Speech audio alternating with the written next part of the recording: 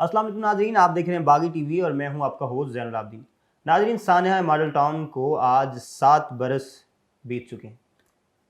लोगों के मुख्तलिफ सवालात हैं और हमारे भी इसके बारे में काफ़ी सवालात हैं जिनके जवाबात देने के लिए आज हमारे साथ मौजूद हैं जनाब नूरुल्लाह सिद्दीकी साहब, जो कि तर्जमान हैं ताहिरुल कादरी साहब के, और उसके साथ साथ सेक्रेटरी इत्तलात हैं पाकिस्तान अवामी तहरीक के। सर, बहुत शुक्रिया आपके वक्त का। तो सर, सबसे पहले तो हमें ये बताइएगा कि जो मॉडल टाउन केस है वो पिछले 7 साल से चल रहा है और JITs भी इस पे बनी, मुख्तलिफ़ किस्म के जो हैं वो कोर्ट्स में ये गया जो है आपका केस। तो अब ये किस जगह पे मौजूद है और इस पे क्या कोई वर्किंग चल रही है या ये बिल्कुल रुक चुका है? बिस्मिल्लाहिर्रहमानिर्रहीम। सन मॉडल टाउन का केस अगर मैं मुख्तसर अल्फाज में बताऊं तो जहां पर हम 17 जून 2014 के दिन खड़े थे, जी जी। तो आज भी वहीं पर खड़े हैं। 7 साल का कोई दिन ऐसा नहीं है कि पाकिस्तान अवामी तहरीक के वकला और जो चश्मदीद गवाहान हैं जी। वो मुख्तलिफ अदालतों में पेश ना हुए हसूल इंसाफ के लिए।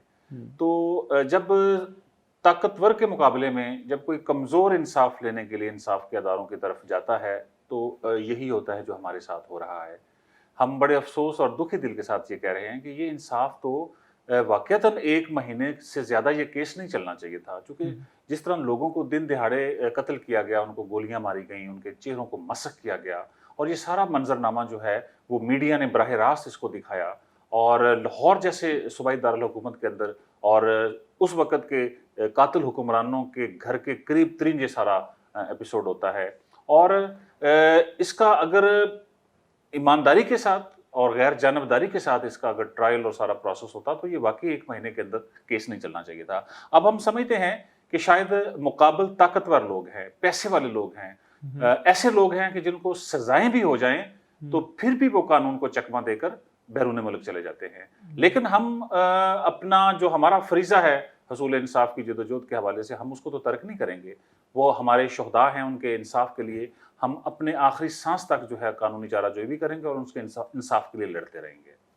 सर, आपके जो मुखालफिन हैं या आम लोग भी जो हैं, उनका एक सवाल, जब आप कहते हैं कि कानूनी चाराजोई आप लोग कर रहे हैं या सियासी जो जदोजहद है वो आप कर रहे हैं, तो ताहिरुल कादरी साहब का इस तरह से सियासत छोड़ के चले जाना, क्या ये इफ़ेक्ट नहीं कर रहा आपकी जदोजहद को किसी तरह से?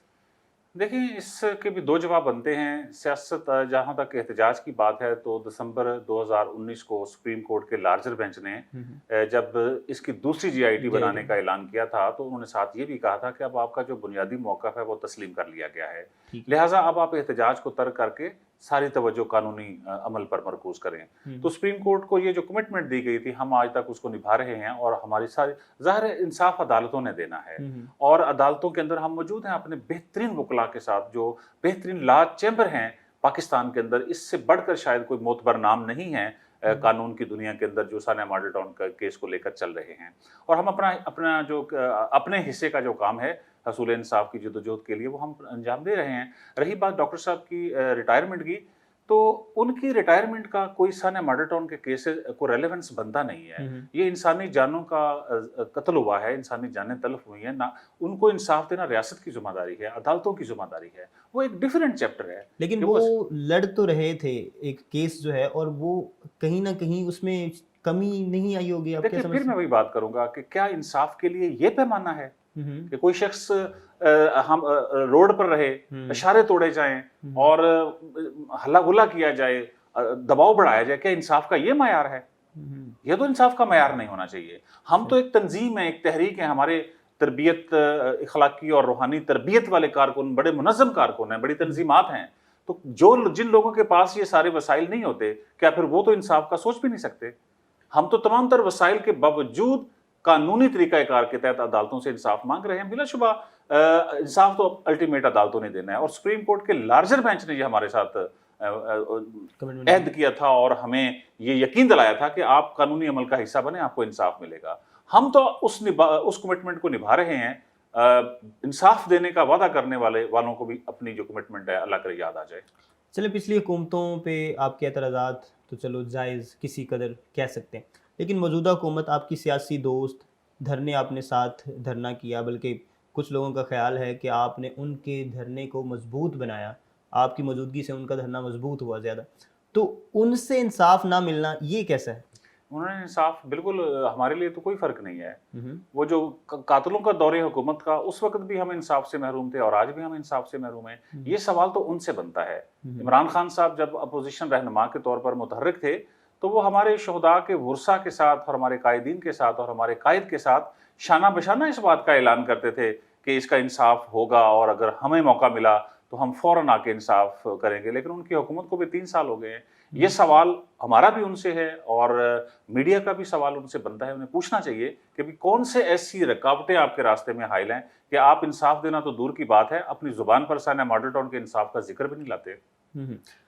آپ کا مطالبہ اب کیا ہے؟ آپ کیا سمجھتے ہیں انصاف کا تقاضا کیا ہے؟ کہ کون سی ایسی شرائط ہیں، کون سی ایسی چیزیں ہیں جن کو پورا کیا جائے تو آپ سمجھتے ہیں کہ انصاف کے تقاضے پورے ہو؟ دیکھیں، ہمارے پاکستان کے نظام انصاف کے اندر جو سب سے بڑی قباحت ہے وہ یہ ہے کہ جب کسی طاقتور کو بچایا جائے، جب وہ کوئی سنگین جرم کرتا ہے تو اس کو بچانے کے لیے 3 مراحل پر مدد کی جاتی ہے. پہلا مرحلہ یہ ہوتا ہے کہ FIR غلط درج کی جاتی ہے. دوسرا مرحلہ طاقتور کو بچانے کا یہ ہوتا ہے کہ غلط تفتیش کی جاتی ہے. تیسرا مرحلہ یہ ہوتا ہے کہ ٹرائل کے مرحلے پر پراسیکیوشن جو ہے وہ مظلوم کی بجائے ظالم کا ساتھ دیتی ہے. تو ہمارے ساتھ یہی کچھ کیا گیا. پہلے ہماری FIR درج نہیں ہونے دی گئی. بڑی جدوجہد کے بعد اور اس وقت کے آرمی چیف کی مداخلت پر ہماری FIR درج ہوئی. انہوں نے جو FIR درج کی تھی اس وقت کی پنجاب حکومت نے، جس کے شہباز شریف اور نواز شریف کی موجودگی تھی اور اثر و رسوخ تھا ان کا، انہوں نے کہا تھا کہ عوامی تحریک کے 42 کارکنوں نے اپنے ہی کارکنوں کو قتل کیا ہے. یہ FIR تھی. جیسے میں نے کہا نا کہ جب طاقتور کو بچانا ہو تو FIR غلط درج کی جاتی ہے. وہ ہم نے بڑی محنت اور بڑی جدوجہد اور بڑی قربانیوں کے بعد اور اسلام آباد میں دھرنے کے بعد وہ FIR درج کروائی جو اوریجنل واقعہ کو ریپرزینٹ کرتی تھی. پھر اس کے بعد دوسرا مرحلہ تفتیش کا آیا. انہوں نے ایسی GIT بنائی جو ان کے اپنے ذاتی نوکروں پر مشتمل تھی. یعنی کہ جس پولیس کے اوپر سانحہ ماڈل ٹاؤن کے قتل عام کا الزام تھا انہی افسران پر مشتمل GIT بنا دی گئی. ڈیفینیٹ وہ GIT کا جو بنیادی مینڈیٹ تھا وہ انصاف کرنا تو نہیں تھا، وہ تو قاتلوں کو کلین چٹ دینا تھا. تو تفتیش کے مرحلے پر بھی انہوں نے انصاف کا خون کیا. ہم نے FIR بھی درج کروائی. پھر ایک غیر جانبدار GIT کے لیے بھی ہم نے ایک طویل قانونی جدوجہد کی اور بالآخر دسمبر 2019 میں لارجر بینچ نے ہمارے موقف کو تسلیم کیا اور GIT بنائی گئی. اور اب دکھ والی بات یہ ہے کہ اس GIT نے جب اپنا سارا کام مکمل کر لیا اور رپورٹ سبمٹ کرنے کا جب مرحلہ آیا تو ایک ملزم کانسٹیبل کی درخواست پر اس GIT پر اسٹے آرڈر جاری کر دیا گیا اور 1.5 سال ہو گیا اس پر اسٹے آرڈر چل رہا ہے. اور یہ 250 سے زائد لوگوں نے اس GIT کو اپنا بیان قلم بند کروایا اور پروسیس مکمل ہو گیا تھا. ہم پریشان اس بات پر بھی ہیں، دکھ بھی ہے ہمیں کہ غیر جانبدار تفتیش سے کون کیوں خوفزدہ ہے. آج بھی ہمارا موقف یہی ہے کہ اس GIT جو سپریم کورٹ کے لارجر بینچ کے روبرو جو GIT بنی تھی اس GIT نے اپنا کام مکمل کر لیا ہے. اسٹے کو ختم کیا جائے، اس GIT کو اپنی رپورٹ، تفتیشی رپورٹ سبمٹ کرنی دی جائے اور اسی GIT کی رپورٹ کی روشنی میں آگے ٹرائل چلایا جائے.